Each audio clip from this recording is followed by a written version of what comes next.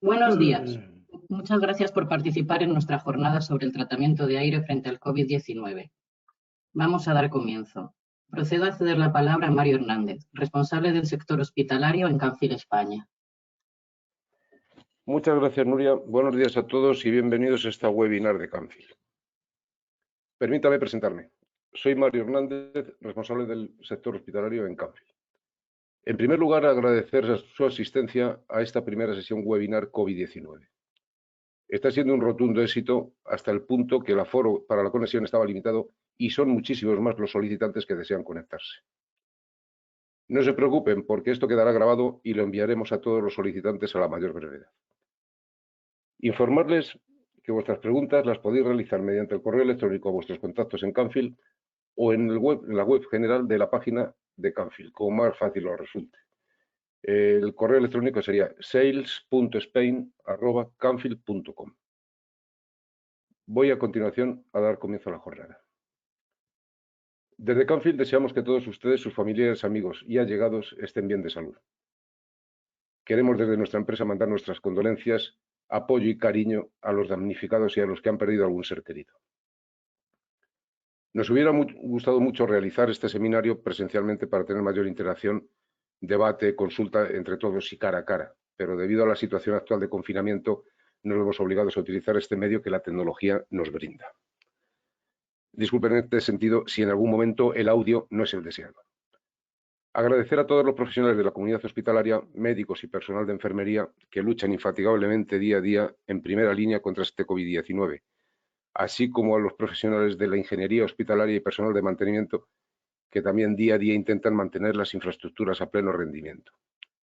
Damos igualmente las gracias a todas las empresas e industrias profesionales que están involucrados, comprometidos y colaborando activamente en los suministros y dando cobertura al abastecimiento con todo tipo de materiales, suministros y servicios para erradicar esta crisis COVID-19. Por último, a la Asociación Española de Ingeniería Hospitalaria por su colaboración y ayuda prestadas en el trabajo que se está realizando en cuanto a la comunicación para el conocimiento y erradicación de, si se me permite la expresión, esta pesadilla llamada COVID-19. En nombre de todo el grupo Canfil, si también nos lo permiten, les pedimos unirnos a todos en esta lucha y agradecer el esfuerzo y sacrificio de esta crisis y a todas estas personas enviándoles un gran y fuerte aplauso virtual. Bien, en esta webinar vamos a abordar las soluciones que en tratamiento del aire y la filtración del mismo tenemos e intentar comunicar y transmitir cómo proteger a las personas proporcionando soluciones para combatir los virus presentes en el aire, combatiendo los riesgos de infección. El aire y sus contaminantes es un derecho del ser humano. Contamos con 4 profesionales especialistas en cada sector, que van a impartir sus conocimientos y experiencias y que paso a presentar a continuación. Les agradecemos la gran asistencia y dado el volumen de asistentes, entendemos que irán surgiendo preguntas y consultas sobre las presentaciones, por lo que rogamos nos la vayáis enviando o remitiendo al apartado de preguntas para que al final del webinar podamos contestar.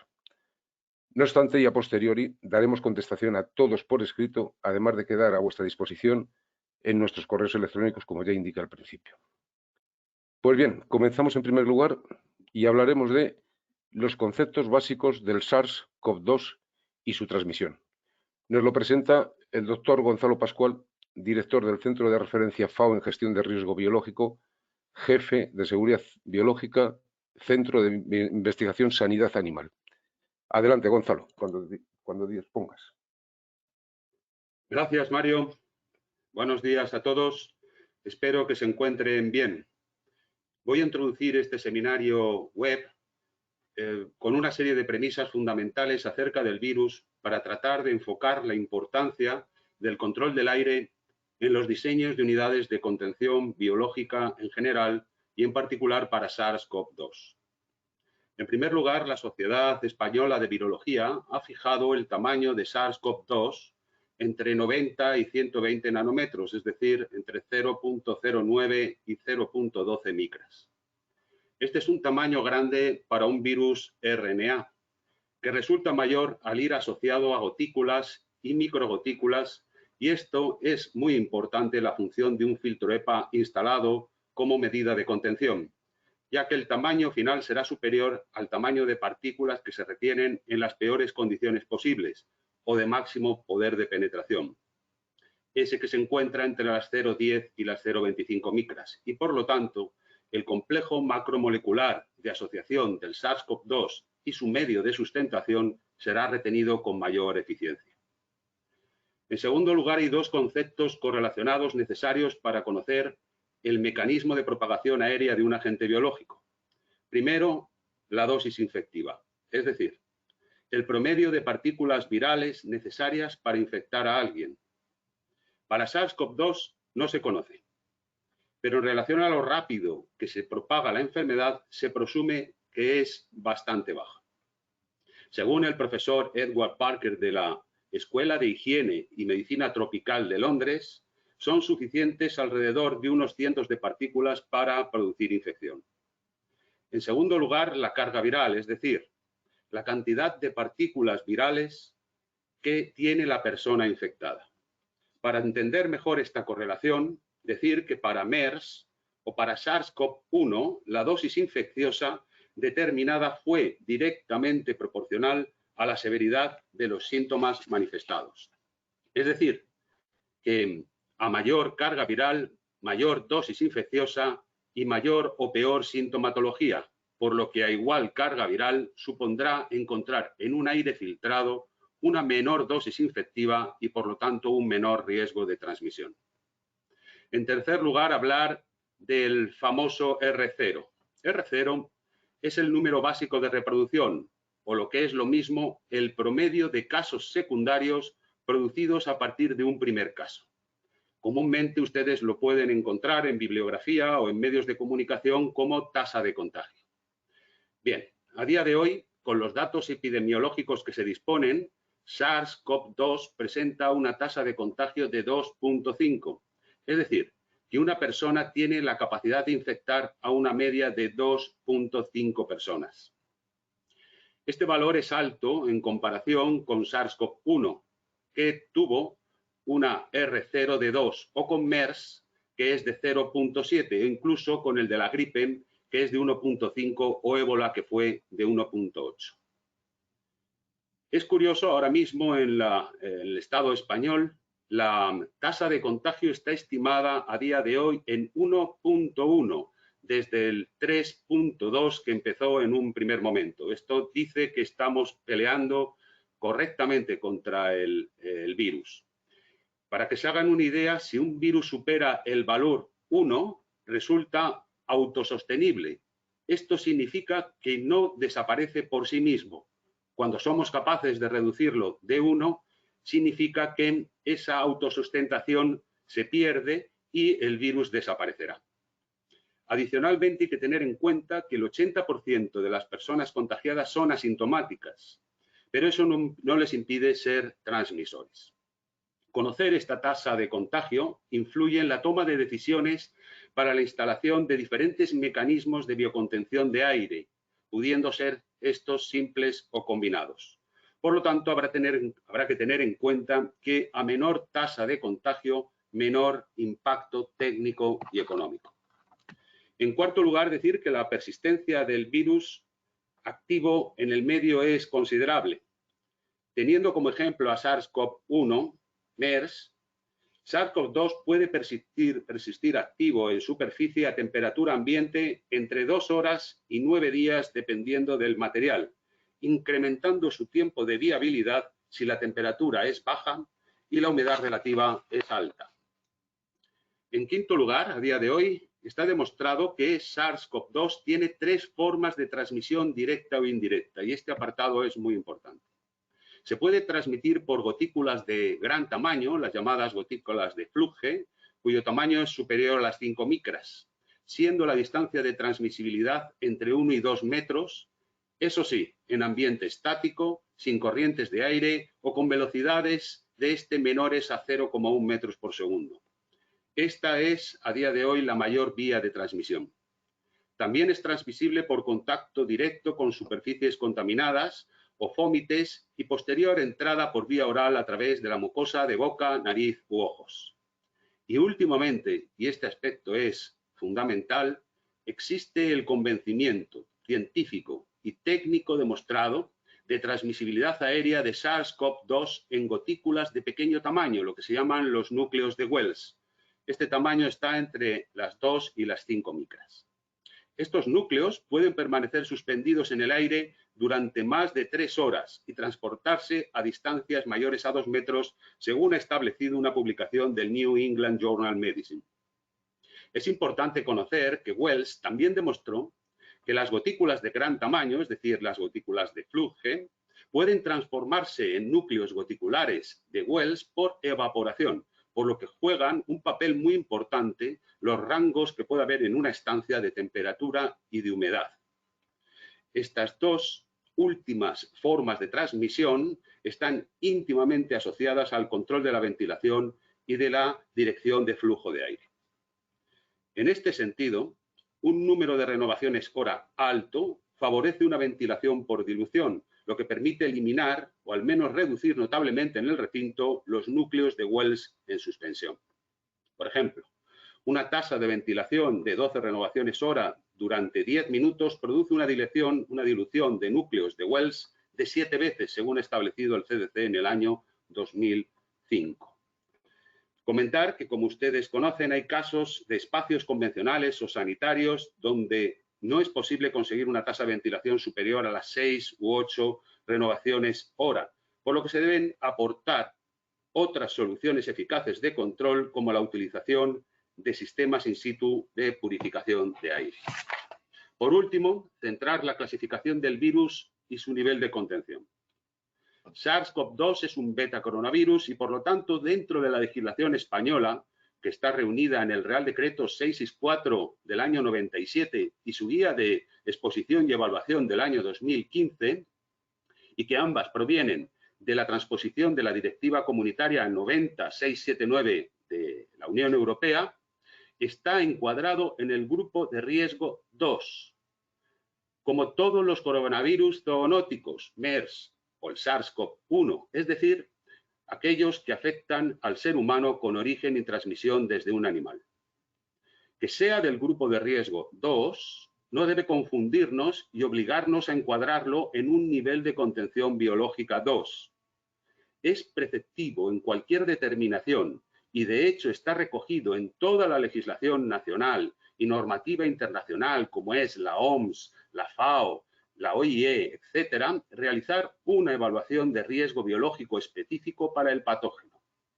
El resultado de esta evaluación, en el que se contemplarán parámetros como la naturaleza del agente biológico, transmisibilidad, dosis infectiva, letalidad, actividad a realizar, técnicas de profilaxis, posibilidad de vacunación, entre otros, será la que verdaderamente clasifique el tipo de contención física necesaria para albergar al patógeno. Por lo que, aunque un agente biológico esté encuadrado en un grupo de riesgo 2, podría estar obligada su manipulación, trabajo o presencia en un espacio biocontenido de nivel de contención biológica 3. Los requerimientos mínimos necesarios para nuevas instalaciones o remodelaciones de las instalaciones existentes para un espacio de contención biológica 3, tanto para humanos como para animales, como para plantas, se especifica en una norma muy reciente, que es la norma UNE 171.400-1 de diseño de instalaciones de nivel 3 de contención, siempre que las premisas que recoge esta norma no se encuentren en conflicto con otras normas específicas en las que la evaluación de riesgo será determinante en las soluciones técnicas a tomar. Como información adicional, es apropiado comentar que otros países clasifican al SARS-CoV-2 en el grupo de riesgo 3, como es Estados Unidos a través de la clasificación del CDC o Canadá a través de su Pathogen Safety Datasets. Finalizando, un control directo del agente biológico en el aire supone un control indirecto de la enfermedad al limitar su transmisión. Muchísimas gracias por su atención. Paso la palabra a Mario Hernández. Gracias. Muchas gracias, Gonzalo. Gracias por ofrecernos tu colaboración y de esta forma altruista. Es un verdadero placer contar con tu colaboración, escucharte y compartir tus conocimientos. Tu intervención nos da luz y un conocimiento científico que a partir de ahora podría ser muy interesante para plantear en las nuevas instalaciones los sistemas de tratamiento de aire para estos virus. Bien, a continuación vamos a hablar de la teoría de la filtración, la gama ProSafe frente a los microorganismos. James Dreykov es el técnico especialista en Canfield, ingeniero mecánico y responsable de confort en Canfield. Nos realiza la presentación Rubén Bamonde, responsable del departamento de servicio de Canfield. Adelante, Rubén, cuando desees. Muchas gracias, Mario. Buenos días a todos y bienvenidos a esta webinar de Canfield. Lo primero, agradecer la exposición del doctor Gonzalo Pascual. Siempre es un placer contar con su experiencia y su conocimiento. Vamos a realizar una breve introducción a la teoría de la filtración, de manera que nos permita comprender mejor a todos los conceptos que aquí se van a comentar.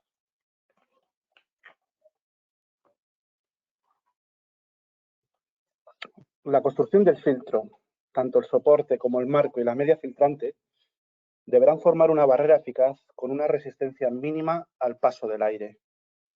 El conjunto no debe producir bypass que permita el paso de partículas.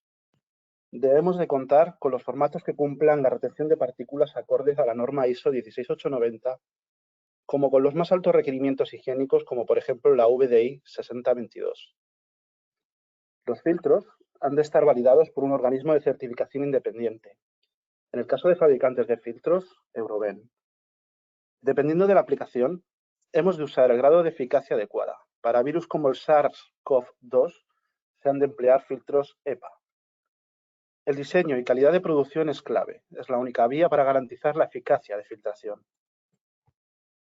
Existen varios mecanismos para realizar la retención de partículas.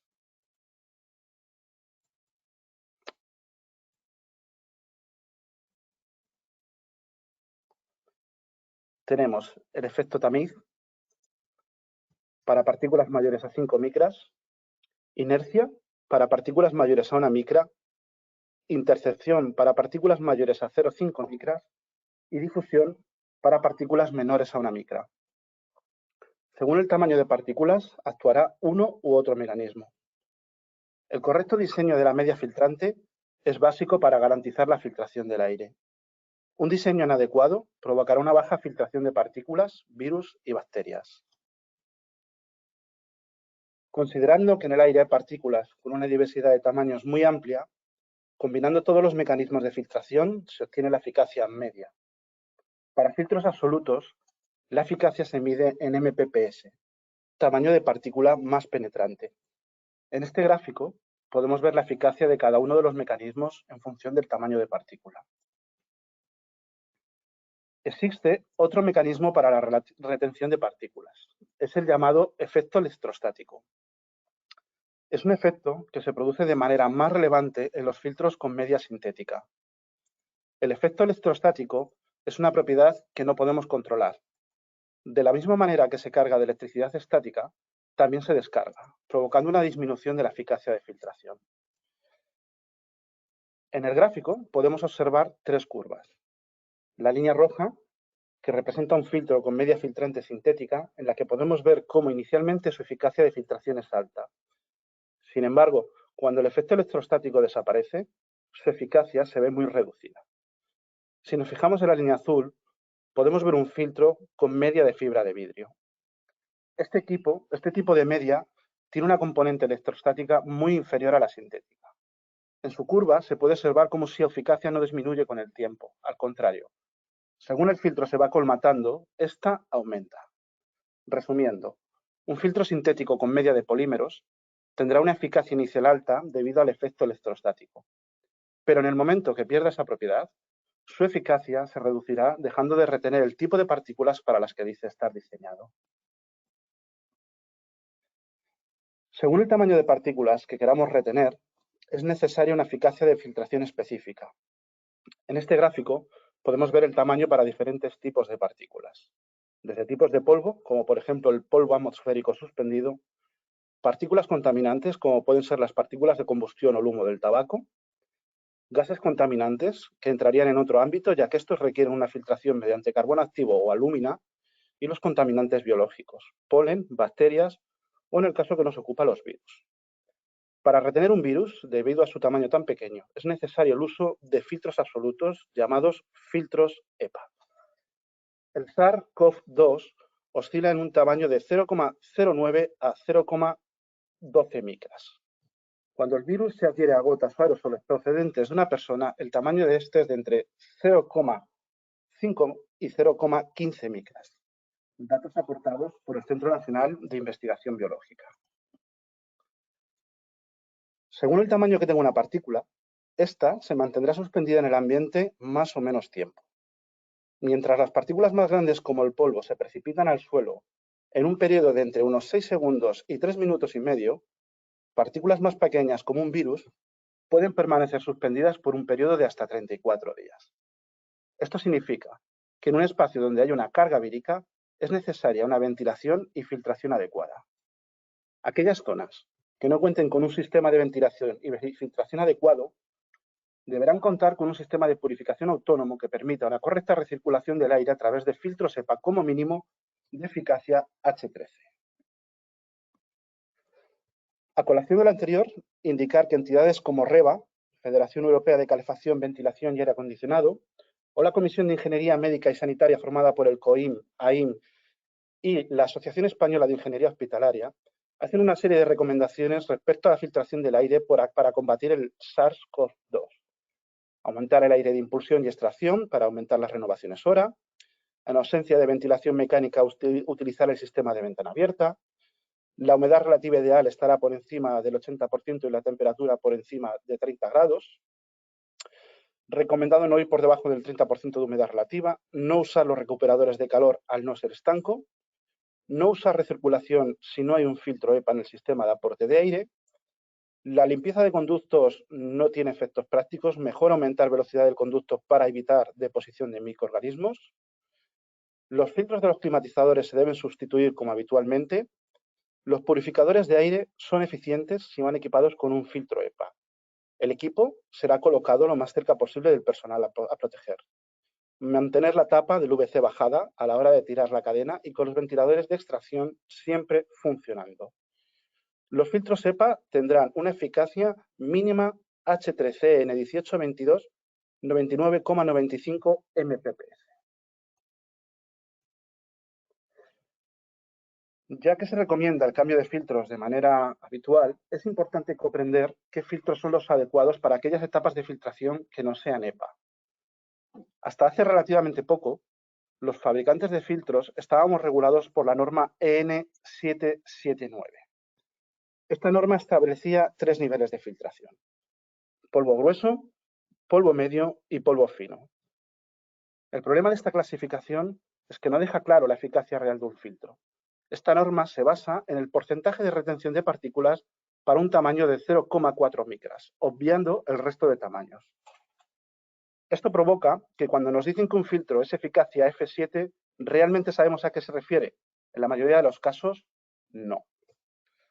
La norma actual es la ISO 16890. Una nueva norma realizada para estandarizar a nivel global las eficacias de filtración, para proporcionar un test de eficacia de filtro más real y en línea con los datos de medición de contaminación atmosférica, al referenciarlo con la materia particulada, EPM1, EPM2,5 y EPM10. Permite también un sistema de clasificación mucho más transparente, permitiendo conocer la eficacia real de cada filtro. La nueva norma ha generado 4 clases: CORS, EPM10, EPM2,5 y EPM1. Esta norma se basa en la retención de partículas en un rango de 0,3 a 10 micras. A la hora de proteger a personas y procesos, la eficacia del filtro siempre será en el rango EPM1. Cuando un filtro viene etiquetado como EPM1 85%, significa que la capacidad de retención es del 85% para partículas con un tamaño de 0,3 a 1 micra. Es importante recordar que las partículas más perjudiciales para la salud son las EPM1. Los filtros absolutos han de ser construidos y ensayados acorde a la norma ISO EN 1822. Esta norma indica que la eficacia de un filtro absoluto será medida para las partículas denominadas MPPS, tamaño de partícula más penetrante. Las MPPS se encuentran en el rango de 0,1 a 0,25 micras. Cuando un filtro de eficacia H13 dice tener una eficacia del 99,95 MPPS, significa que retiene el 99,95% de las partículas con más capacidad de penetración en el filtro, siendo su eficacia para el resto de tamaños aún mayor. El virus SARS-CoV-2 tiene un tamaño de 0,09 a 0,12 micras y cuando es transportado en gotículos aerosoles, un tamaño de 0,5 a 0,15 micras. Un filtro de eficacia H13 retendría como mínimo el 99,95% del virus, siendo su eficacia mayor para el caso de las gotículas. Dependiendo del riesgo, es necesario un tipo de filtración específica. Podemos definir 3 niveles de riesgo: riesgo bajo, riesgo medio y riesgo alto. Sobre todo esto os van a hablar con más detalles mis compañeros. Como nota rápida, fíjense que en todos los casos se habla de filtración EPA o como mínimo, en los casos de riesgo bajo, un EPM1 80%. Ya que estamos comentando que en aquellas zonas que se consideren de riesgo bajo podemos instalar un filtro EPM1 80%, debemos considerar que esos filtros cuenten además con otras características que añadan un plus de seguridad. Además del certificado del filtro ISO 16890, se recomienda que cuenten con la certificación ProSafe. Esa certificación aporta que además de cumplir la norma ISO 16890, cumplen la norma ISO 846, que garantiza que los materiales de construcción del filtro son inertes a la proliferación de microorganismos, que además cumple la norma VDI 6022 referente a los requisitos de higiene en sistemas de ventilación. Además, en el caso de Camfi, nuestros filtros son resistentes a los procesos de descontaminación, muy importante en este periodo del SARS-CoV-2. Son fabricados libres de componentes como halogenuros, formaldehídos, bisfenol A o ftalatos, convirtiendo a este tipo de filtros en un producto muy enfocado al sector sanitario, farmacéutico y alimentario, al contar con la certificación acorde a la norma EC 1935 sobre los materiales y objetos destinados a entrar en contacto con los alimentos. Muchas gracias por su atención. Le cedo la palabra a Mario Hernández. Gracias, Rubén. Interesantísima tu exposición. Gracias al recordarnos nuevamente los sistemas, eficacias y certificaciones necesarios para los sistemas de filtración y su evolución con las nuevas normativas. Las exigencias para el aseguramiento de calidad de los mismos y la desconfianza de filtros que podemos encontrar en el mercado baratos y que pueden suministrar empresas no certificadas. Bien, seguimos con las soluciones a la recirculación y presión negativa en las zonas críticas con este COVID-19. Los purificadores de aire Plug and Play. Nos hace la presentación Josep Ventura. Es el técnico especialista en Camfil, responsable de la oficina Camfil Barcelona, diplomado en Ciencias Empresariales y responsable del Clean Process Life and Science en Camfil. Adelante, Pep, cuando quieras. Muchas gracias, Mario. Buenos días a todos. Seguidamente paso a presentar una herramienta para mejorar la calidad del aire y, por consiguiente, una ayuda en la reducción de riesgos de contagios del COVID-19. Me refiero a los purificadores de aire, llamados en inglés Air Purifiers o Air Cleaners.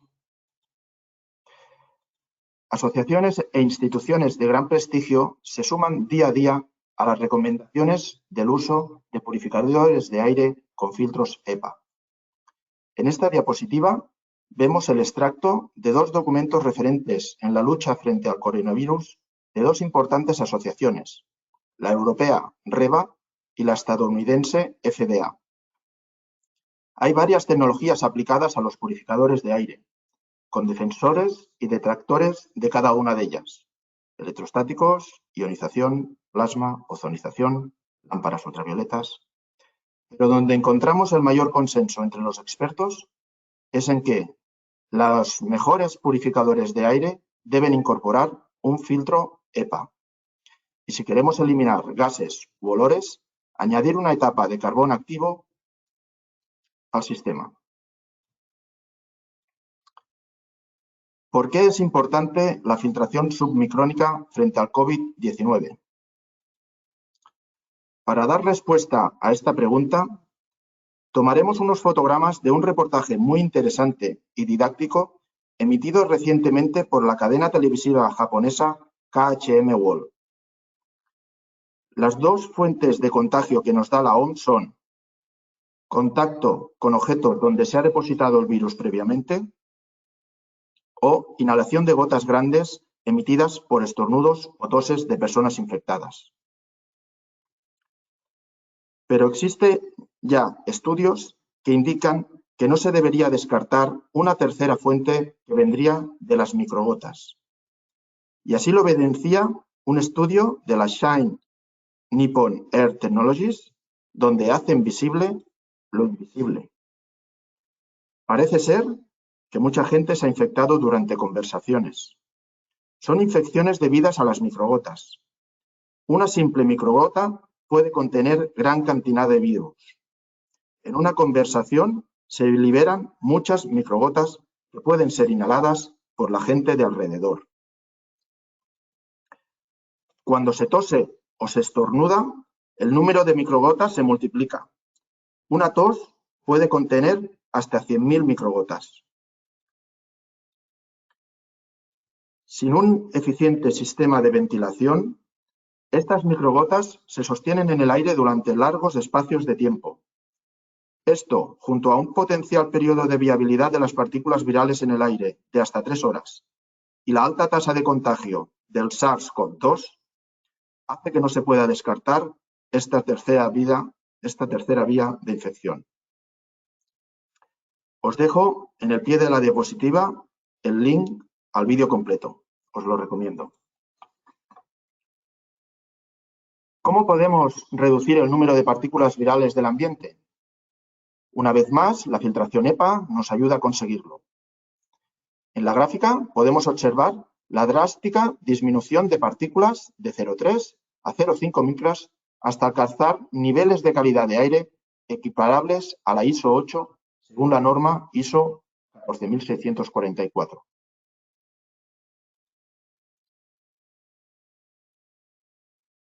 Pero ojo, no todos los filtros EPA son EPA. En este vídeo vemos una prueba de humo realizada en el Tech Center, el centro tecnológico, que Camfield dispone en Suecia. Y se puede apreciar claramente que aunque hay productos que se publicitan como EPAs, a la hora de la verdad no pasan los más elementales test de eficacia y estanquidad.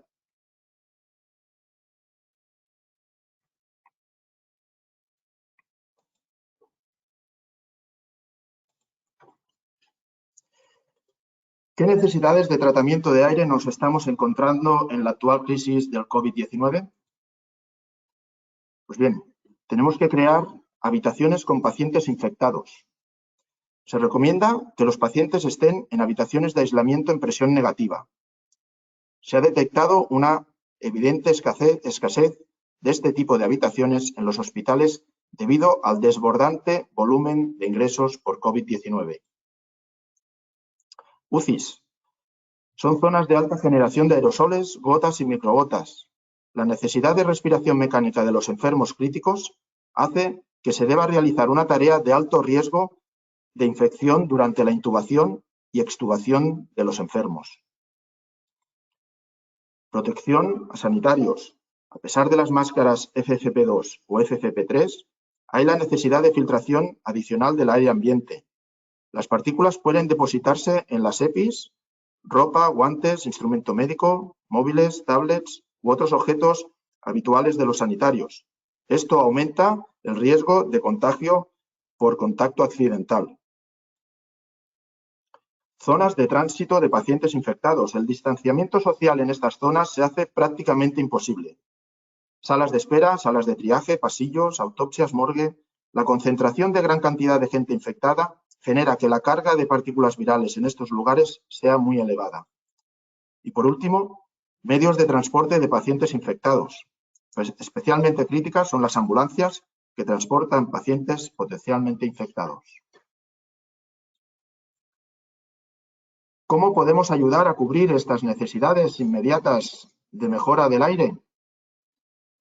En un escenario ideal, donde todo el hospital se hubiera diseñado y ejecutado con previsión y sin falta de recursos, los sistemas de ventilación nos darían la sobrepresión o depresión necesaria, incorporarían etapas filtración EPA en impulsión y extracción. En esta situación idílica, casi con seguridad, no sería necesaria la utilización de purificadores de aire. Por desgracia, no estamos en ese escenario y debemos actuar rápidamente adecuando zonas que no estaban diseñadas para el uso que se les da. Que se lo pregunten a los departamentos de ingeniería, a las propias ingenierías, instaladoras, mantenedoras, que están haciendo UCIs, donde hace 10 días había una biblioteca, pasillos, almacenes, recintos feriales, polideportivos. Mi más profundo reconocimiento a los grandes profesionales que están haciendo esto posible. Algunos de estos profesionales seguro que están atendiendo ahora mismo a la presentación. Muchas gracias, héroes. Pues bien, como iba diciendo, la situación real actual, los purificadores de aire son soluciones plug and play. Se pueden instalar fácil y rápidamente en cualquier lugar. Por un lado, tenemos los purificadores de recirculación, que nos reducen la carga de partículas virales de las zonas de alcance del purificador, en el punto 1 de la presentación, del esquema. Por otro, tenemos los purificadores de extracción, que nos permiten crear salas de aislamiento en presión negativa, para evitar que ambientes contaminados nos contagien otras áreas del edificio. Este aire extraído lo podemos canalizar al exterior del edificio o a zonas anexas. Punto 2 y 3 del esquema.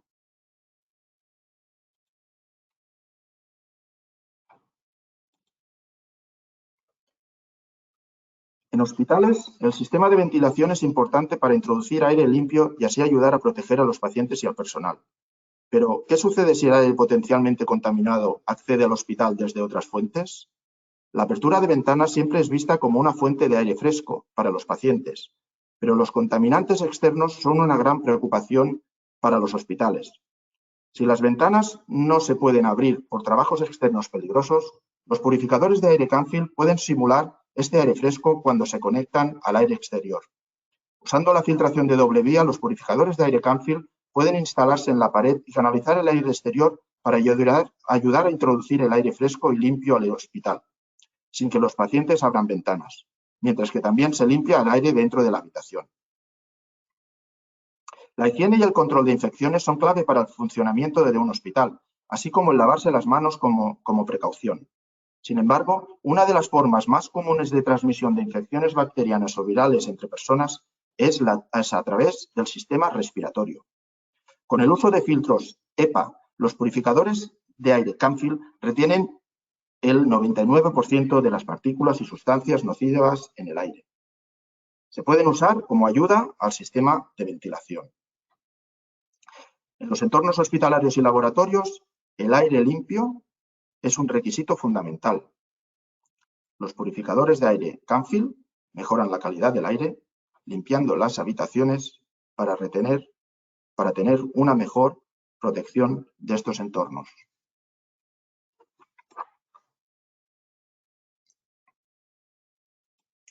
Aquí podemos ver la gama de purificadores de aire para recirculación. Escogeremos uno u otro modelo dependiendo del caudal de aire a tratar. Disponemos de software propio para elegir el modelo ideal y la cantidad de equipos requeridos. En el caso del modelo CityTouch, el propio equipo va realizando pruebas continuas de calidad de aire y se autorregula en relación a la misma. En esta otra diapositiva tenemos los modelos destinados a crear zonas de presión negativa y de doble vía. Podemos extraer la totalidad del caudal o, depende del modelo, podemos mezclar extracción y recirculación. Una referencia reciente de utilización de purificadores de aire ha sido la adaptación de varias zonas del Hospital Trias i Pujol de Badalona en UCIs. En este proyecto se han utilizado tanto equipos de recirculación para bajar la carga de partículas virales del ambiente, como la utilización de equipos de extracción para crear presión negativa, y todo en tiempo récord. Agradecemos las fotos cedidas por José María Rimbau y el permiso para compartirlas con todos ustedes.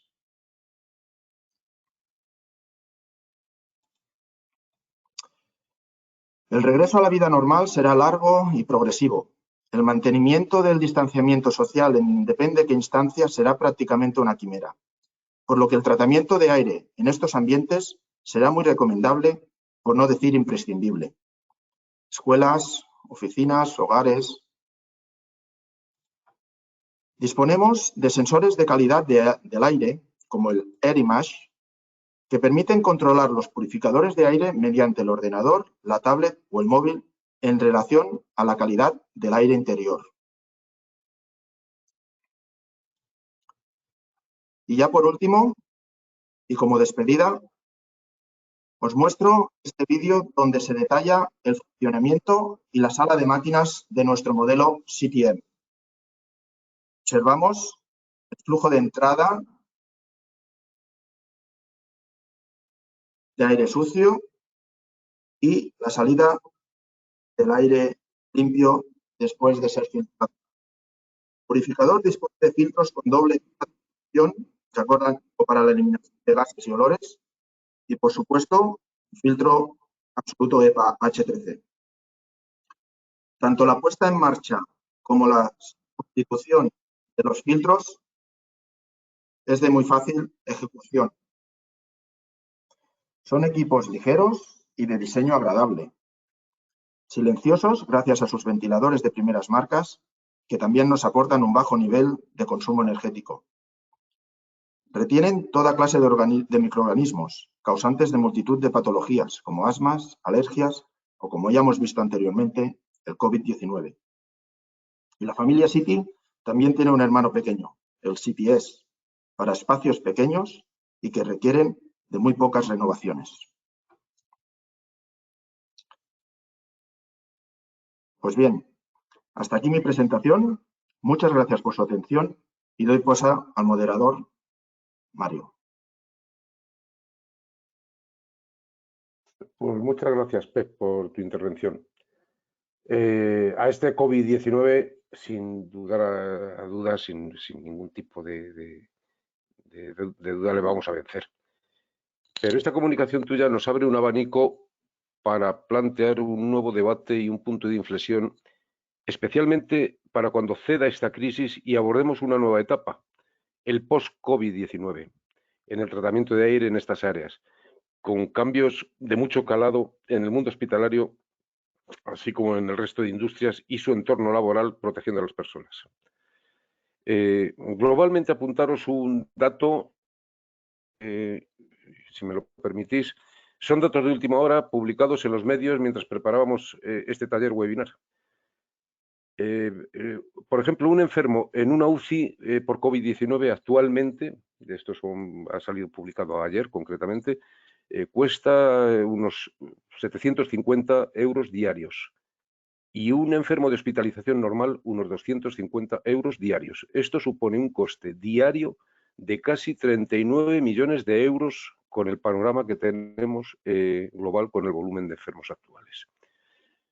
Quiero decir que si instalásemos en este momento equipos purificadores de aire de este tipo que ha presentado Pep, en zonas comunes, y por poner un ejemplo, si consiguiéramos, y siendo pesimistas en los tantos porcentuales, que no pudiéramos paliar las infecciones o los contagios, más que un 35, un 45% de personas que no se infectaran mientras les diagnostican y no necesitasen ingresos en el hospital, además de proteger al personal sanitario que están atendiendo, se podrían equipar zonas de aislamiento con aire purificado en aproximadamente 25.000 camas o zonas de ambientes protegidas y que de paso permiten reducir las contaminaciones cruzadas e infecciones nosocomiales. Es solamente una reflexión sobre el ínfimo coste que suponen estas instalaciones y su necesidad frente a la protección de una vida. Pues bien, son números que dejan un poco frío. Seguimos con la intervención y vamos a abordar los sistemas de impulsión y extracción con filtros EPA, seguridad de extracción de aire en seguridad biológica y biocontención con cambio seguro, bag-in, bag-out. El contención de riesgo biológico en niveles desde BSL1 hasta BSL4. La intervención la realiza Jaime Sánchez, es el técnico especialista en contención Canfield y que como proyectos de referencia dirigió el diseño de varias instalaciones en la crisis del ébola del año 2014-2015. Es ingeniero mecánico, director comercial de Canfield España. Adelante, Canfield, cuando quieras. Jaime. Muchas gracias, Mario. Muy buenos días a todos. Cuando hablamos de tratamiento de aire en hospitales, recurrimos básicamente a tres normas. La primera de ellas sería la UNE 100-713-2005, que nos indica cómo hacer el diseño del acondicionamiento de aire en este tipo de edificios. La segunda sería la UNE 171-340, que tendría revisión este año y nos muestra cómo realizar la validación y cualificación de salas de ambiente controlado en hospitales.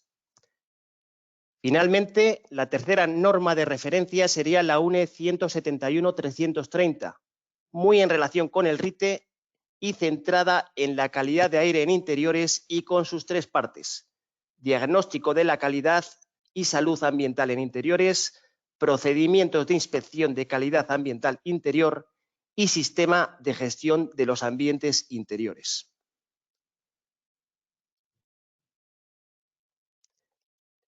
La norma que más nos orientaría en la base de esta jornada técnica sería la UNE 100-713. Nos habla de dos tipos de local. Clase de local 2, con exigencias habituales que incluyen 2 etapas de filtración, y clase de local 1, con exigencias muy elevadas y añadiendo una tercera etapa de filtración. ¿Qué locales dentro de un hospital se consideran clase 1? Quirófanos, paritorios, salas de exploración, zonas UCI y locales estériles dentro de las zonas de suministro y eliminación. Dentro de las áreas de cuidados intensivos incluimos tanto las habitaciones con pacientes con riesgo de contraer infecciones como las habitaciones con pacientes con infección, así como las salas de urgencias. En las zonas clase de local 1, el tercer nivel de filtración ha de ser al menos clase H13 según EN 1822 y encontrarse lo más cerca posible del área a tratar. Idealmente en sistemas de alojamiento situados en el propio techo del local. Indicar también que los quirófanos se dividen en tipo A, clase ISO 5 según EN 14644, tipo B, clase ISO 7 y tipo C, clase ISO 8. Los tipos A irían idealmente con flujo de aire unidireccional o laminar, mientras que en los tipos B y C se admite el régimen turbulento. Pero no estamos aquí para ver cómo tenemos que hacer el diseño del tratamiento de aire en un hospital, cómo tendríamos que regular el aire, cuántas renovaciones son las recomendables en función de la zona. No. Estamos aquí para ver cómo hay que tratar el aire en términos de seguridad ante la actual crisis sanitaria. ¿Cómo podemos evitar que se produzcan contagios? ¿Cómo hemos de proteger al personal sanitario, trabajadores y a los pacientes con o sin contaminación? ¿Es necesario utilizar presión negativa? ¿Cómo podemos hacer un cambio de filtros sin riesgo para el operario?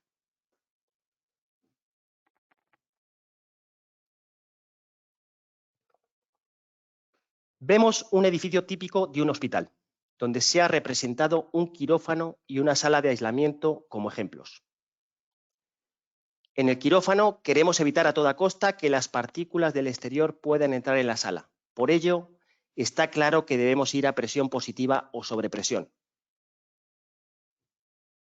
En el caso de salas de aislamiento, podemos necesitarlas por dos razones: proteger a pacientes con defensas bajas o evitar que pacientes con enfermedades contagiosas puedan contaminar a otras personas fuera de la sala.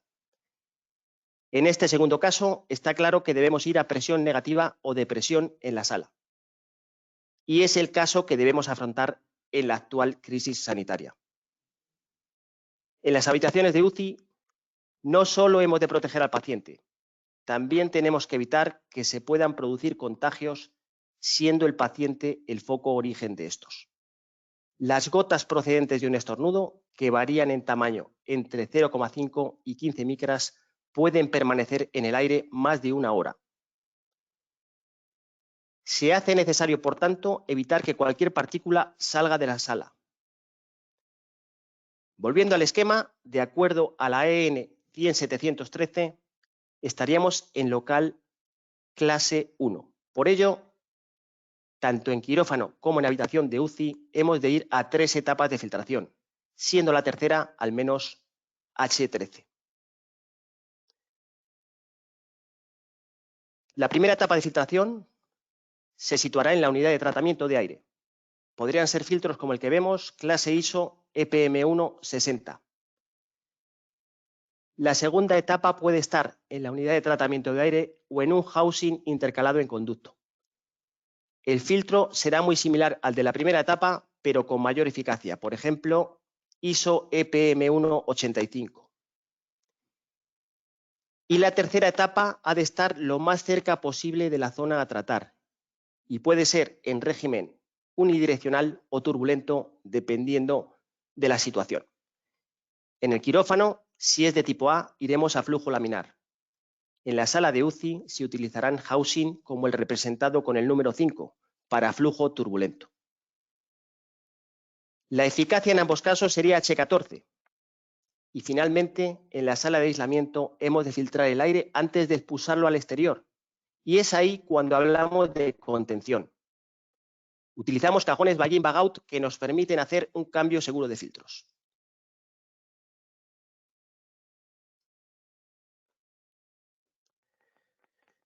¿Pero es realmente necesario usar presión negativa en salas con pacientes con infección vírica?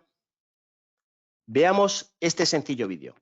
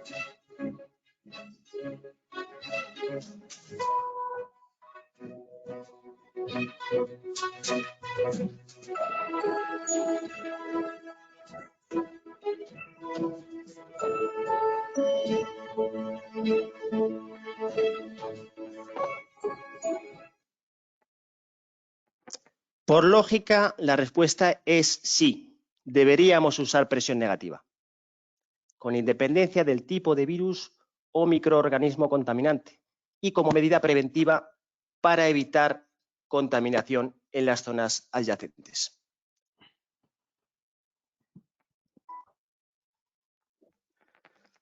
Antes de pasar a ver con qué tipo de productos hemos de tratar el aire de impulsión y extracción en una habitación de un hospital que aloja a un paciente con una enfermedad contagiosa, veamos cómo deberíamos tratar el aire a nivel de seguridad con un esquema de principio.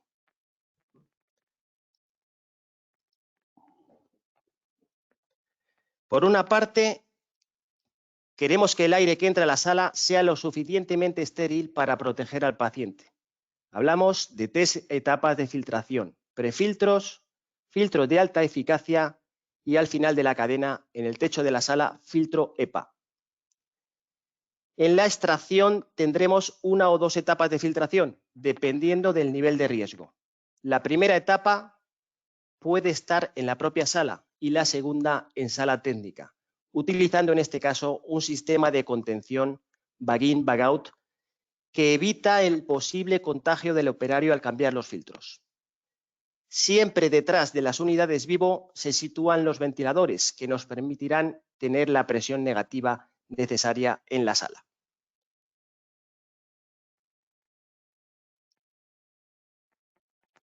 ¿Qué productos hemos de usar en impulsión de aire como tercera etapa de filtración?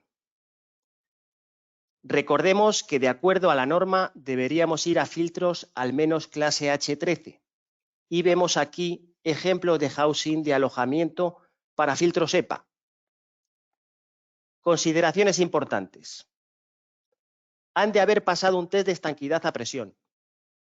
Para asegurar la estanquidad, lo ideal es ir a material acero soldado en una sola pieza. Nunca utilizar plástico para evitar deformaciones. La superficie donde apoya la junta del filtro ha de ser completamente lisa, para lo que ha de pasar un test de planitud. Es muy importante el sistema de apriete del filtro. Hoy en día hay sistemas que, sin necesidad de usar herramienta, aseguran el par de apriete exacto para conseguir la estanquidad. Usar al menos una toma de presión, que servirá también como toma de 100% de concentración cuando se hace el test de integridad en el filtro.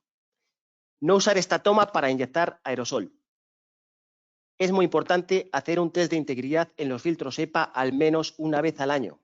Es la garantía de ausencia de fugas. Lo correcto es cambiar el filtro por pérdida de carga, no por tiempo.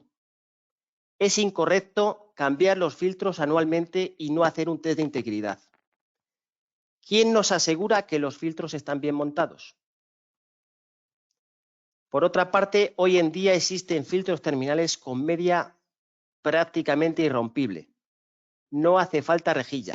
Además, tienen un comportamiento optimizado a nivel energético, con pérdidas de carga de alrededor de la mitad en comparación con la fibra de vidrio, y se pueden ensayar de acuerdo a la norma EN 14644.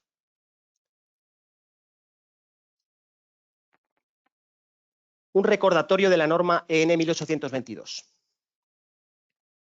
Para proteger a los pacientes en salas de infecciosos e inmunodeprimidos, hemos de ir a filtros al menos clase H13 en la tercera etapa de filtración. Lo habitual en filtros terminales es usar clase H14 y un filtro clase H14, como vemos en la tabla, tiene una eficacia del 99,995% para el tamaño de partícula más penetrante.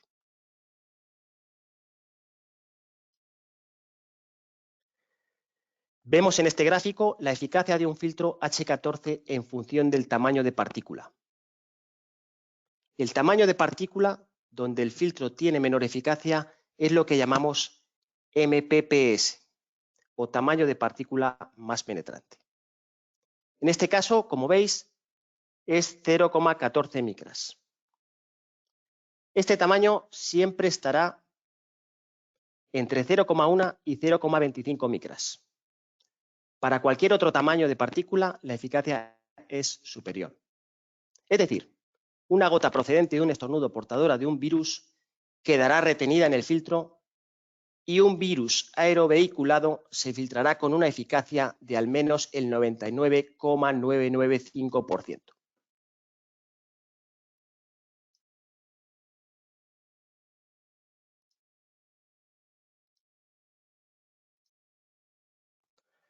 De acuerdo a la norma EN 1822, los filtros con eficacia a partir de H14 deben pasar un test scanning. Este es un ejemplo de test que sirve también como certificado. Y es un derecho del usuario final exigir este test y una obligación para los fabricantes de filtros hacer esta prueba y documentarla. Es el carnet de identidad del filtro.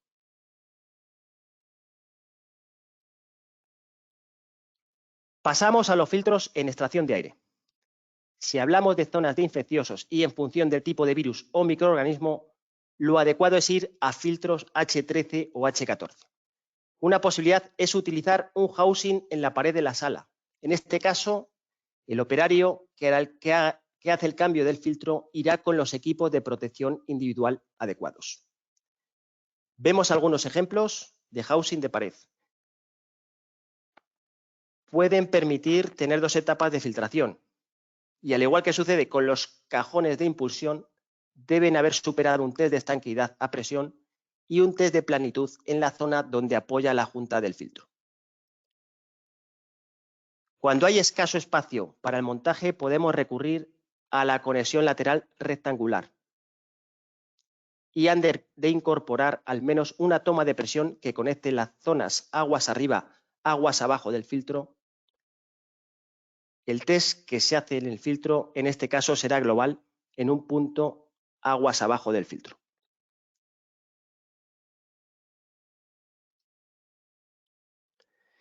Y pasamos finalmente a filtros en extracción situados en zona técnica. En este caso, es necesario un sistema de cambio seguro.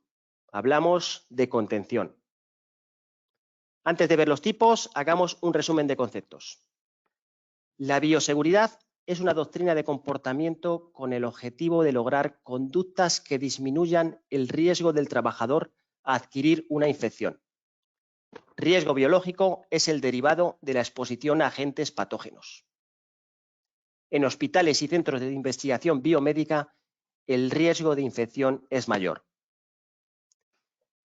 Tenemos 4 grupos de riesgo en función del agente biológico, que van desde el 1, donde es poco probable que el agente cause una enfermedad, hasta el 4, donde el agente provoca una enfermedad grave y constituye un serio peligro. También hay 4 niveles de bioseguridad aplicables a laboratorios, desde BSL-1 hasta BSL-4, en función del nivel de las precauciones de biocontención requeridas para aislar agentes biológicos peligrosos en una instalación cerrada de laboratorio.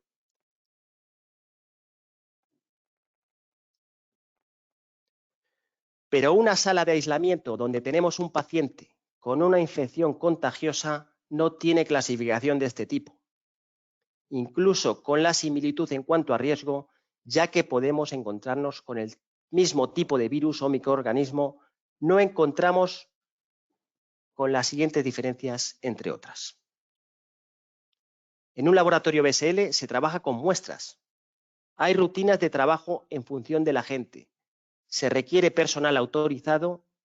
Hay normas que contemplan niveles de estanqueidad, de confinamiento, presión negativa y hay especialistas que se aseguran de que se siguen los procedimientos de actuación adecuados.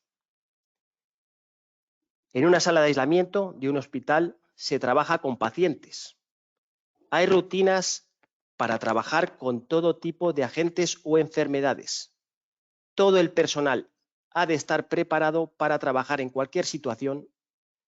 Se usa presión negativa en salas normales y el mantenimiento lo realiza personal no especializado.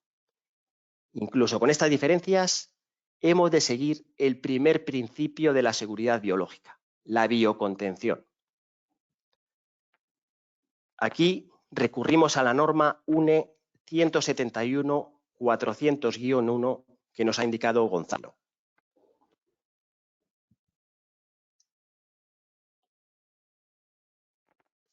Aquí tenemos ejemplos de housing bag-in, bag-out, que son sistemas de contención biológica. En el mantenimiento de los equipos no entraremos en contacto con la zona contaminada. Existe una barrera que lo impide. Es la bolsa de cambio seguro. Hay un procedimiento paso a paso que veremos después. El housing ha de ser completamente estanco, soldado en una sola pieza.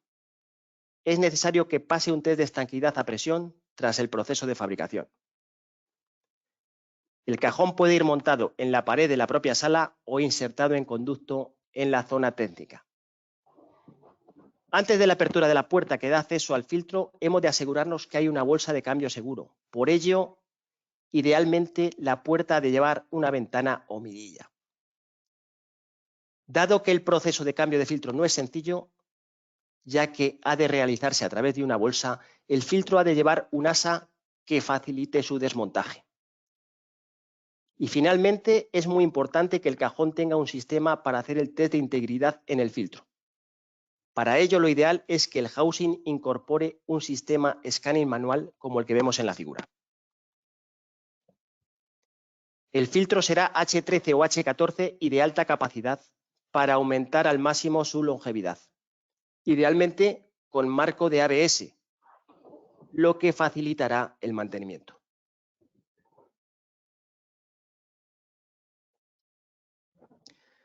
Aquí vemos resumido el procedimiento de cambio de un filtro EPA en un cajón de cambio seguro Bag-in, Bag-out.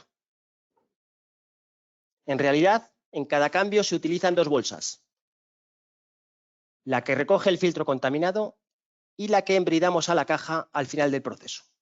La dejamos preparada para el siguiente cambio. De lo que se trata es de evitar conectar la parte contaminada con el medio ambiente. Y hasta aquí la parte correspondiente a filtración en impulsión y extracción de aire en áreas de cuidados intensivos en hospitales. Paso la palabra al moderador Mario. Pues muchas gracias, Jaime. Quiero aclarar, bueno, demostraste tu conocimiento con la crisis del ébola en contención en el año 2014 y 2015 al diseñar y realizar estas instalaciones con referencia de calidad a nivel mundial. Nos vuelves a recordar de forma magistral cómo realizar este tipo de instalaciones y las buenas prácticas en el control y cambio de filtros para mantener la seguridad en la contención biológica para este COVID-19. España, a partir de este momento de ese momento, es un referente con las instalaciones realizadas. Por ejemplo, se realizó de forma magistral la instalación en el Hospital Central de la Defensa, Gómez Ulla, el Hospital General de Ciudad Real y el Hospital Carlos III. Hay alguno más, pero bueno. Le recordamos, este último Hospital Carlos III se realizaron una serie de actuaciones en las habitaciones con clasificación de nivel de contención biológica 3 en 72 horas, de las cuales coincidieron 24 en un fin de semana, sábado y domingo. Gracias, Jaime. Bien, pues para finalizar y dar clausura a esta webinar, esta clausura la realizará Javier Torrón. Javier es ingeniero mecánico y es el director gerente de Canfield España. Adelante, Javier. Sí, gracias, Mario. Hola, buenos días a todos. En primer lugar, agradecerles a todos su participación, en especial a los ponentes, en particular al doctor Gonzalo Pascual. Gracias, Gonzalo. Nuestro deber como empresa dedicada a la filtración de aire es proporcionar soluciones a esta pandemia. Y nuestro deber también es proteger a quien todos los días exponen su salud, comprometen su vida, para todos nosotros, y me refiero a los sanitarios. Por ello, en nuestra planta de Cabanillas, Guadalajara, y con el esfuerzo de todos sus integrantes, hemos reorganizado nuestra producción con el fin de producir purificadores de aire, tanto en su versión de recirculación, así como de presión negativa. Disponemos de una capacidad de producción de 200 purificadores diarios y esperemos poder subir esa cantidad. Quiero resaltar también la solidaridad por parte de los empleados de nuestra compañía, al igual que el de la sociedad en general, como no podía ser de otro modo, ya que Canfield España ha puesto a disposición su R&D, su Centro de Investigación y Desarrollo, maquinaria, materia prima de manera altruista para que los trabajadores, de manera voluntaria, en su tiempo libre, tras su jornada de trabajo, hayan fabricado un total de 8.000 mascarillas que se están donando a los hospitales desde hace 2 semanas. Gracias a todos. Ahora, si me lo permiten, quisiera compartir una apreciación personal referente a esta pandemia, que nos tiene a todos y a todo secuestrados. Que solo entre todos y de manera combinada, y ahí tenemos varios ejemplos estos últimos días de cooperación entre distintas empresas para la fabricación, diseño de fábricas de alto rendimiento, participación de Canfield en la industria del automóvil para tejidos asociados a máscaras y fabricación en masa,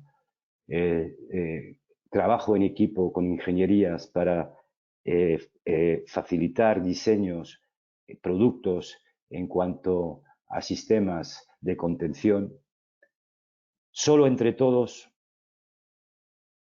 podremos vencer esta crisis. Eso sí, utilizamos la ciencia y más que nunca, como ha dicho nuestro amigo Josep Ventura en su anterior ponencia, hacer visible lo invisible, más que nunca hacer visible lo invisible. La categoría de riesgo de este virus tiene que ser objeto de evaluación, según nos ha comentado Gonzalo. Y se tiene que hacer caso a caso. Pero sin ninguna duda, cuando vemos la virulencia, la mortalidad, y más hoy cuando estamos hablando en ocupación hospitalaria, el nivel de riesgo, sin lugar a duda, tiene que ser un nivel 3 y, por lo tanto, tiene que estar orientado hacia una solución de contención o de recirculación. La velocidad de contaminación, recordemos, una tasa de 2,5 de propagación muy alta, tiene que tener como respuesta una solución igual de rápida y tenemos que implantar soluciones fáciles y rápidas. ¿Bien? Entonces, a las ya conocidas soluciones que son la utilización de los EPIs, sin lugar a duda, creo que ha quedado muy claro la necesidad de utilizar sistemas de filtración. Como ha dicho Pep, lo suyo sería que hubiesen estado diseñadas y que los hospitales y cualquier estancia con este tipo de necesidad hubiesen sido diseñadas, pero no es el caso. Entonces, creo que esta solución de purificadores es una solución adaptada y apropiada en este momento de emergencia y de crisis. Por último, quiero agradecerles a todos su tiempo. Esperamos que esta presentación haya sido de su interés y haberles proporcionado soluciones prácticas en el ámbito del desempeño de su labor y su actividad. Muchas gracias a todos. Ahora, por último, vamos a pasar al apartado de ruegos y preguntas.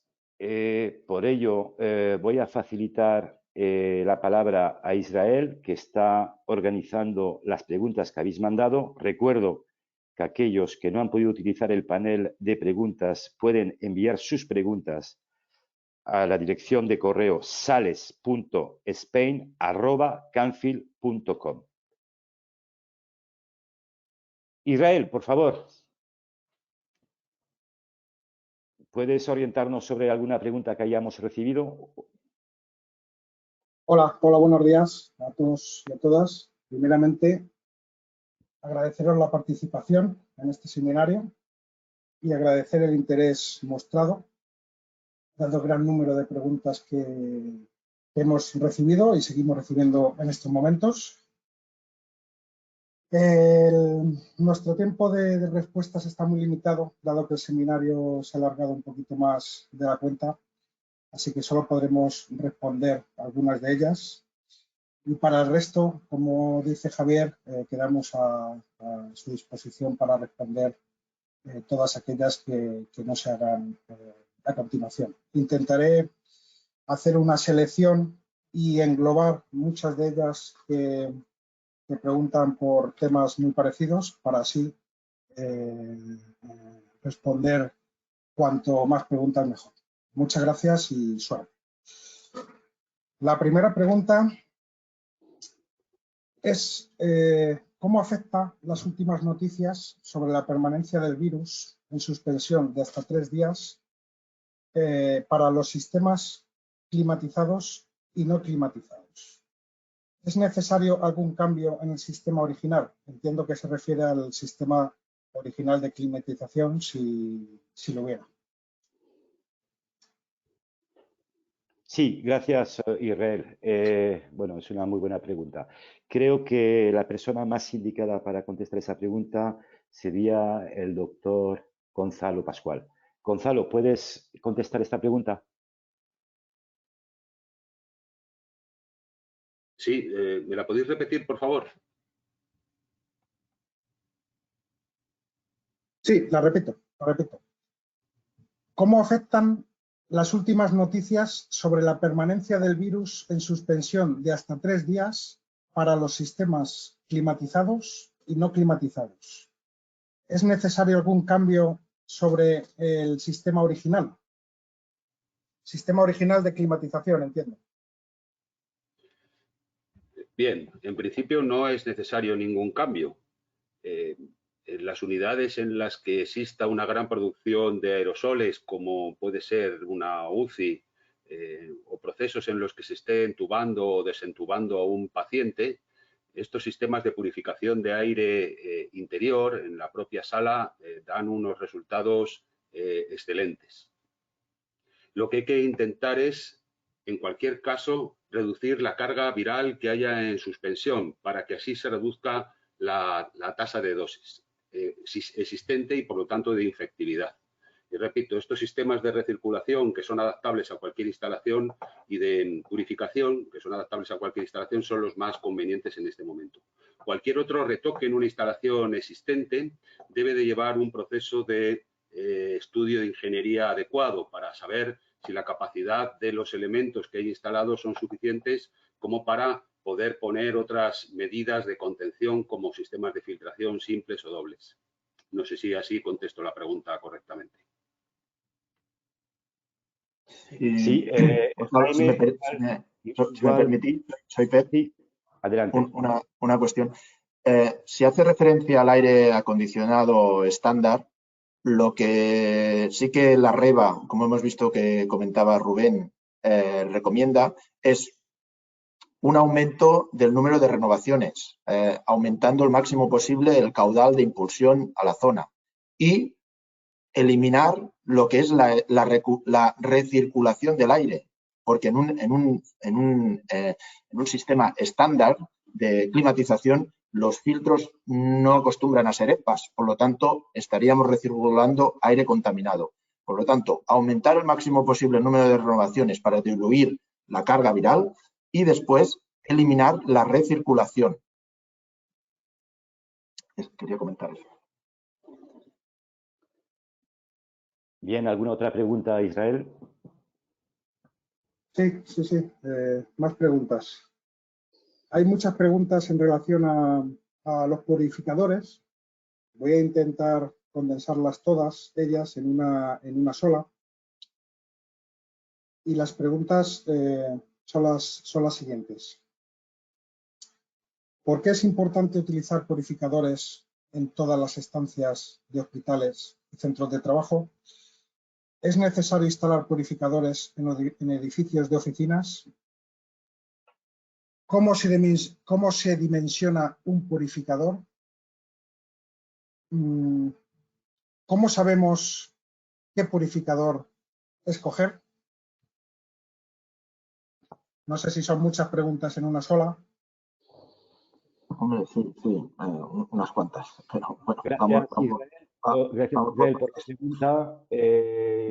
Yo creo que esta pregunta la tiene que contestar Jaime y posiblemente Pep. Jaime, te cedo la palabra para contestar esta pregunta. Vale, yo propongo que vayamos, como han sido al final 5 preguntas, vamos paso a paso. Si te parece, Israel, vamos con la primera. ¿Cuál era? Sí, perfecto. ¿Por qué es importante utilizar purificadores en todas las estancias de hospitales y centros de trabajo? ¿Es necesario instalar purificadores en edificios de oficinas? Vale. Bueno, ¿por qué es necesario utilizar purificadores? Es una solución plug and play. Es una solución de muy sencilla instalación. No es necesario modificar la instalación.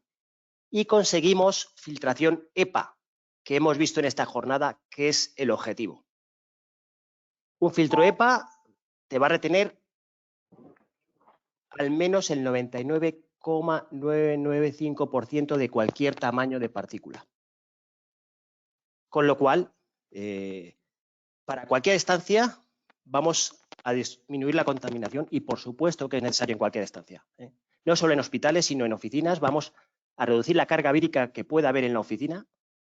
Vamos a mejorar la calidad del interior y es una solución plug and play de muy sencilla instalación. Sí, Jaime, no sé si gracias. con eso... Sí, yo creo que es una muy buena respuesta. Antes de hacer la palabra a Josep Ventura para que amplíe esta respuesta, en la presentación de Josep Ventura se hablaba del futuro, ¿no? El futuro, la puesta en marcha va a ser complicada. Y está claro que la manera de luchar contra este virus, hasta que no tengamos una vacuna o un tratamiento efectivo, es el distanciamiento social. Nuestra apuesta a la normalidad, que va a ser gradual, va a ser en muchas ocasiones imposible. Y en estos casos es cuando será imprescindible una solución de purificación de aire que permita concentraciones de personas y asegurando un nivel de seguridad óptimo. Cuando volvamos a la normalidad en las oficinas, tendremos que utilizar este tipo de sistema. Pep, si quieres ampliar esta respuesta, por favor. Sí, no, bueno, yo espero que la pregunta fuera previo a mi presentación porque bueno, pienso que durante la presentación se han dado argumentos suficientes como para tener en cuenta la instalación de los purificadores de aire en todas estas instancias, en hospitales, oficinas, etcétera, ¿no? Bueno, sería repetirme en lo que acaba de decir Jaime, pero es eso. En hospitales actualmente son focos de contaminación, por lo tanto hay atmósferas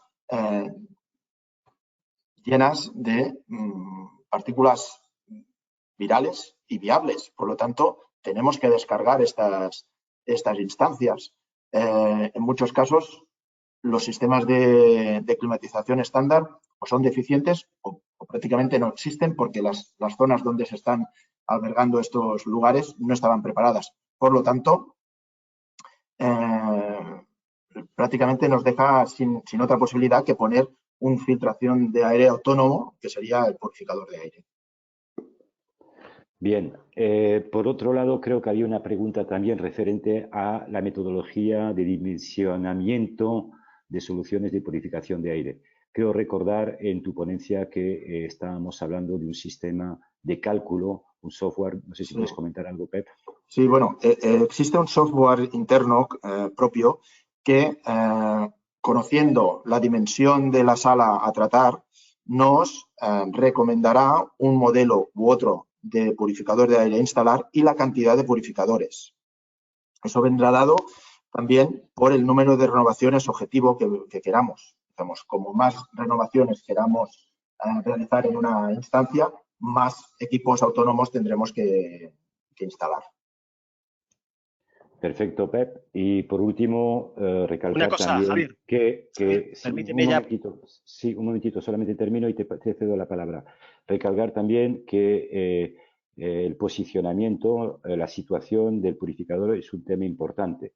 Cuanto más cerca esté de la fuente de contaminación, tendrá una capacidad de captación y de filtración mayor. Sí, Jaime, te cedo la palabra. Sí, dentro de esta pregunta creo que también se nos cuestionaba sobre qué tipo de purificador poner. Y eso sí que depende de la aplicación. Depende si queremos eliminar partículas muy pequeñas, gases, partículas con filtros de alta eficacia. Como ejemplo, en el aeropuerto de Madrid-Barajas, y utilizando esta metodología, hemos reducido los gases que había en el ambiente, dando una solución que se ha puesto como ejemplo a nivel europeo. Con lo cual, dependiendo de la aplicación, utilizaremos prefiltros, filtros de alta eficacia o filtros EPA o incluso carbón activo. Depende del contaminante que queramos retener o eliminar. Muchas gracias por esta respuesta. Entrando en el fondo del debate que nos ocupa hoy, tiene que ser con un filtro EPA. Yo creo que ha quedado claramente explicado la reducción de las partículas en suspensión y la carga viral en la cual está expuesta la gente en las dependencias. Otra pregunta, por favor, Israel. Para cambiar el tema de los purificadores, hay muchas preguntas en relación al mantenimiento y al propio virus como tal. Entonces, la primera pregunta es tiempo de permanencia del virus en la superficie del filtro, y asociada a esta, cómo se procede a la destrucción de filtros EPA contaminados por parte de los organismos de gestión de residuos autorizados. Esta última habrá que basarse en otros virus, porque entiendo que todavía los filtros actuales seguirán trabajando. Sí, muchas gracias, Israel. Yo creo que esta respuesta la tenemos que articular en varias partes. Una parte creo que sería el doctor Gonzalo Pascual, combinada con Rubén a nivel de servicio y posiblemente Mario. Por favor, Gonzalo, ¿puedes articular la respuesta sobre permanencia del virus sobre superficie? Sí, por supuesto. Los estudios que hay hasta en la actualidad, el virus permanece en superficies de celulosa aproximadamente 24 horas. Todo depende también de la carga que haya dentro del filtro.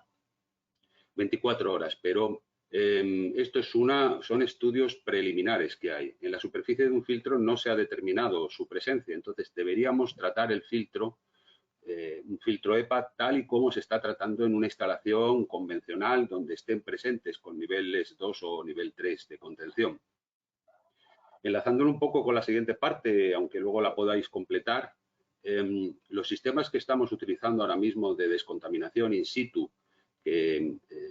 para filtros EPA, cuando trabajamos con agentes biológicos aerotransportables en instalaciones como es la mía, es la inyección de peróxido de hidrógeno gas, o sea, peróxido de hidrógeno vaporizado, a ambos lados del filtro para garantizar una penetración total. Siempre estos sistemas validados microbiológicamente con un indicador conocido como es el Geobacillus stereothermophilus en poblaciones de 10 elevado a la 5 como mínimo y, si es posible, 10 elevado a la 6. En el caso de que las descontaminaciones no sean posibles porque las cajas no disponen de los mecanismos de inyección del gas, el sistema back-in, back-out ayuda a su retirada o cambio de forma segura. Este filtro, una vez embolsado en una bolsa estanca, lo que pasaría es un sistema de autoclavado como mínimo a 121 grados durante 15 minutos. Esto en muchas instalaciones, como se decía antes, es gestor, sino que es productor. En muchas instalaciones no hay sistemas de autoclavado para realizar esto. O los que hay están destinados a otros usos, por lo que los filtros deberían ser entregados a un gestor autorizado. En aquellos casos en los que se puede utilizar un autoclave en la propia instalación, sería este el mecanismo, ciclos desarrollados a 121 grados durante 15 minutos. Muchas gracias, Gonzalo. Rubén, igual puedes hablar de la gama ProSafe, que viene justamente a tratar de esto, sobre la permanencia de los microorganismos dentro del filtro. Bueno, buenos días.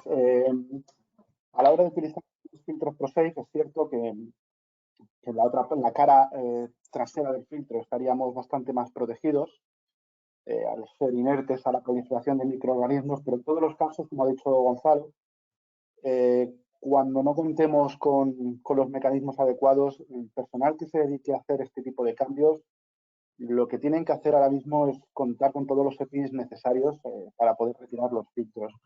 Cuando estamos haciendo un cambio de un filtro con cambio seguro, al final el filtro va a quedar embolsado, pero cuando estemos quitando las primeras etapas, los filtros F9, F8, los filtros y demás, el personal que lo vaya a realizar tendrá que usar las mascarillas, las mascarillas FFP2, los guantes, gafas, un gel con base de hidroalcohol y el traje de protección TIBEC. Los filtros deberán ser luego embolsados y, como ha dicho Gonzalo, llevarlos a un gestor de residuos en aquellos centros que no puedan contar con sistemas de descontaminación. Lo que hemos dicho antes, con la gama ProSafe, lo que contamos es con una protección extra al ser filtros diseñados específicamente para este tipo de problemas. En todos los casos, yo recomiendo que como protección se sigan usando siempre todos los EPIs. Muchas gracias, Rubén. Creo que tenemos a disposición un protocolo que hemos articulado gracias a la participación del doctor Gonzalo sobre protocolo de cambio de filtros en instalaciones. Está a vuestra disposición a través de Rubén y a través del correo electrónico. Por tanto, todo aquel que esté interesado en recibir protocolo de cómo actuar frente a cambio de filtros, por favor no duden en solicitarlo. Israel, una pregunta que te quería hacer. ¿Tenemos constancia de los números de asistentes al final? ¿Sabemos cuántos hemos estado presentes en esta webinar? Sí, finalmente hemos participado alrededor de 360 personas de media durante toda la charla. Ha habido picos de casi 400 participantes y actualmente, dado que se estaba alargando un poquito más de lo esperado, pues somos unos poquito menos. Estamos ahora por debajo de 294 concretamente. Gracias, Israel. Seguimos con un par de preguntas más y daremos por concluida esta webinar por hoy y quedamos a su entera disposición. Israel, ¿alguna pregunta? Sí, una pregunta que creo que es interesante porque hay muchos instalados en todos los sistemas de climatización y es referente a los recuperadores, que creo que se ha comentado. Pero nos preguntan por qué se desaconsejan los recuperadores cuando ellos mismos pasan un ensayo de estanqueidad. Perfecto. Creo que esta parte la había dado Josep Ventura. Si no me equivoco, cedo la palabra a Josep Ventura. Bueno, la ha dado Rubén, pero bueno, es una Rubén, si quieres añadirme, acompañarme, es una recomendación de la REBA, de la Asociación Europea de Aire Acondicionado, donde no es que recomiende el no uso, recomienda el paralizarlos, el no recircular el aire a través de los recuperadores de calor, porque por mucho test de estanquidad que hayan pasado, no es un test de estanquidad suficiente para un virus. Esto por un lado. Y luego, yo diría, perdóname, que los recuperadores entálpicos de rueda, por ejemplo, aunque pasen un test de estanquidad, al final es una rueda girando, es decir, el aire pasa por arriba, la rueda gira y vuelve a conectar con el aire exterior. En las ruedas se pueden quedar adheridos los virus y según va girando y va cambiando la parte de expulsión con la de impulsión, estamos volviendo a introducir el virus dentro de la instalación. Entonces, como tú has dicho, lo que recomiendan es pararlos, no usarlos por ese motivo. Cuando sea un recuperador de placas, en principio el aire no va a entrar en contacto el de extracción con el de impulsión. Lo que habría que hacer luego es una buena desinfección del equipo, pero los recuperadores entálpicos rotativos vamos a estar mezclando en todo momento un aire con el otro. Correcto. De hecho, lo que se está recomendando es aire 100% exterior. Aire 100% exterior. Ok, muchas gracias por la respuesta. Si me permitís un inciso, con permiso, es muy importante en esta misma línea de lo que estáis argumentando, no montar split en estas áreas, en estas salas, en las habitaciones, en estas zonas, que pues por facilidad de dar soluciones a la climatización se están montando muchos split y ahí no hay capacidad de filtración de la recirculación con filtros EPA. Solamente esto. Gracias. Y añadir también a tu respuesta que es difícil limpieza y desinfección. Vamos a contestar a otras dos preguntas. Sí indicarles que todas las preguntas que hemos recibido las vamos a contestar por escrito y que a su vez esta webinar estará disponible porque se ha grabado y por lo tanto estará disponible a todo el mundo que quiera repasar o difundir esta webinar. Adelante, Israel, con otra pregunta.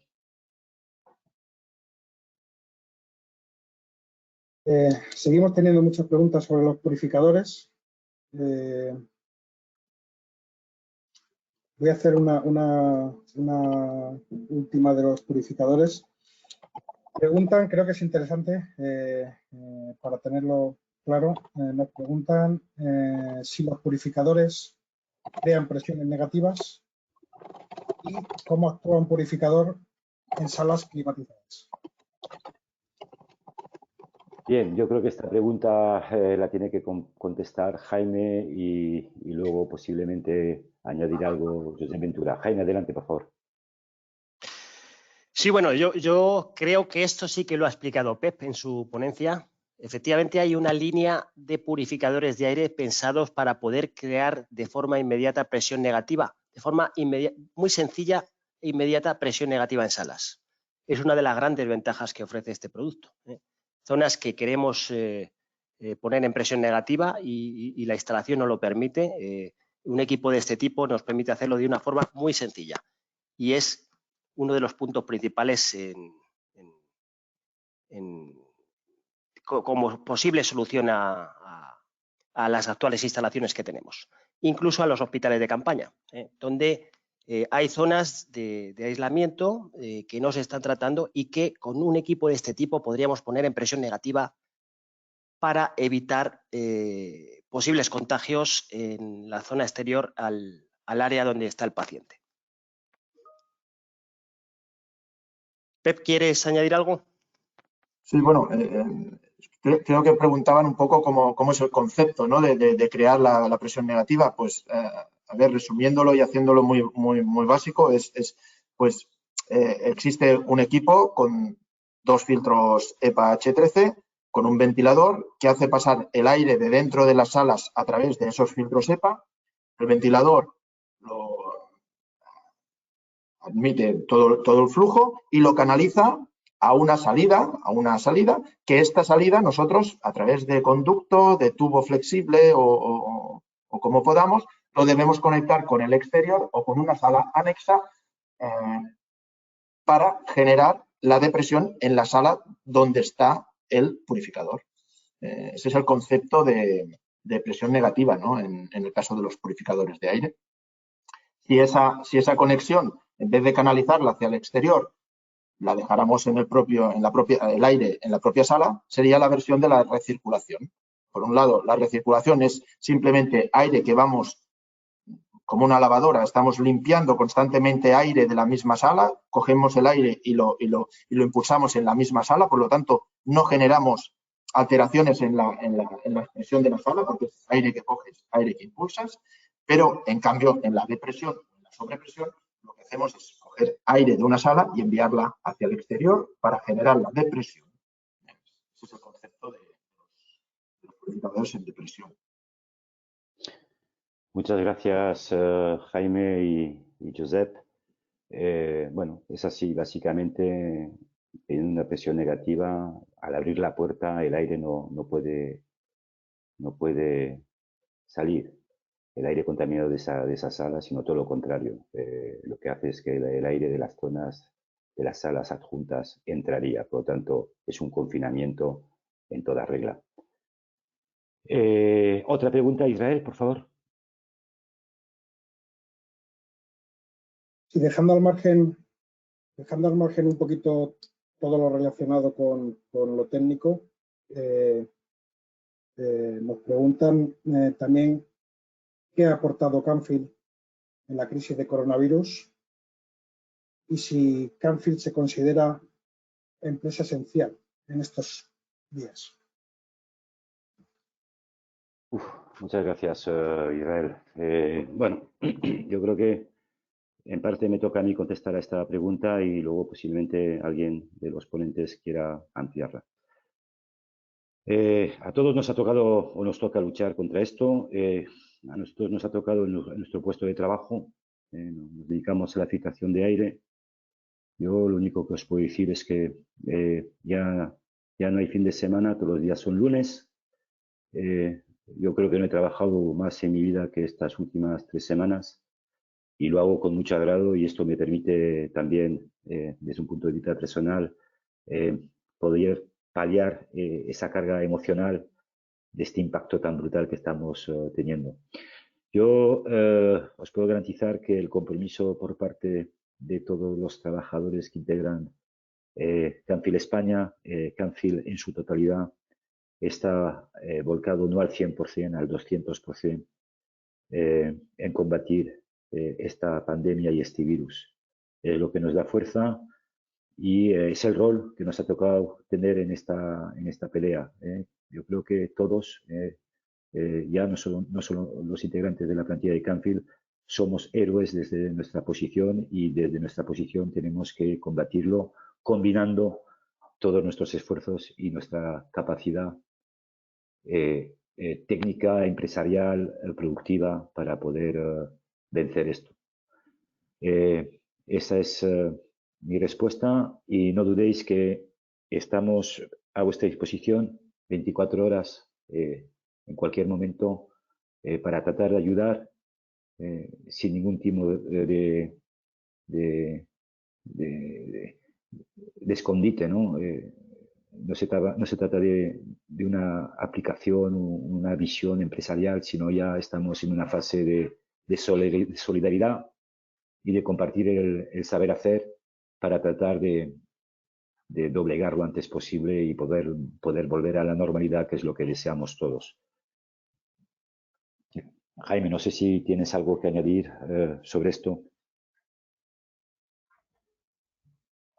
No, estoy totalmente de acuerdo con lo que has dicho, Javier, y creo que ha sido muy positiva esta jornada y nos plantearemos volver a hacer algún evento de este tipo en el futuro. Dejarme remarcar, Jaime, que sobre el tema de si es un trabajo esencial, comentabas, ¿verdad, Israel? Jaime comenta cuántos mails recibimos el lunes después del decreto, nosotros, ¿no?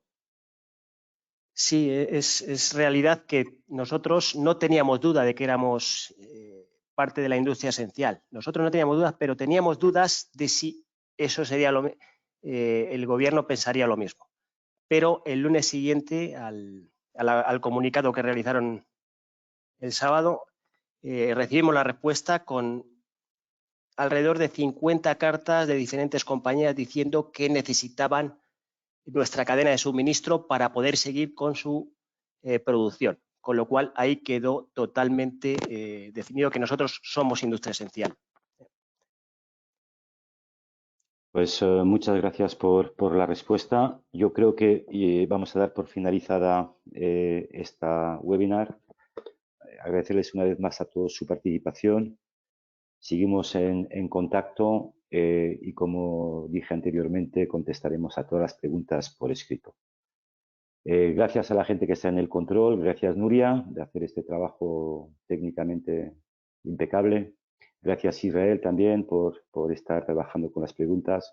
Gracias a todos los ponentes y gracias a los asistentes. Ánimo más que nunca, y muchas gracias por atender esta webinar. Gracias.